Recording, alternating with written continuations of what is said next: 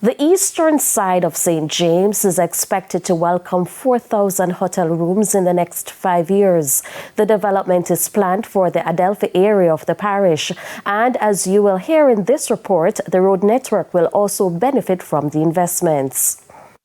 Plans to develop the community of Adelphi in St. James has been in the pipeline for some time now. Tourism Minister and Member of Parliament for St. James East Central, Edmund Bartlett, says the dream is now closer to becoming a reality. And I'm not talking out of turn, but I'm telling you that a mega development of a highway from Saltmarsh through Adelphi to connect with the bypass that is being built is on the plans for 24, and I am going somewhere to make sure the money is provided. Because I'm not going anywhere until all of that is finished and done. And with those changes, Mr. Bartlett is expecting to see at least 4,000 additional hotel rooms in the eastern side of the parish over a 5-year period. We see 700 rooms now from Rio that will be open in May of 2024.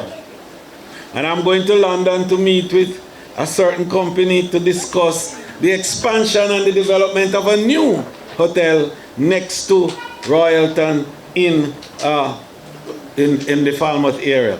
And then we have harmonization to come, and the development that the Keith Russell development Amatera has next door. Mr. Bartlett also said that a new housing development is planned for Adelphi, where dormitories will be built.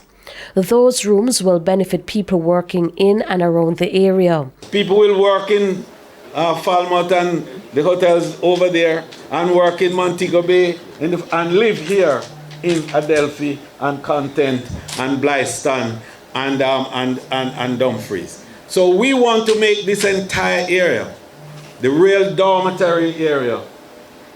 New schools to be built. New housing, the NHT is going to be expanding the housing program next door across there at Grove. The tourism minister was speaking at the launch of a community Wi-Fi project in Adelphi on Friday.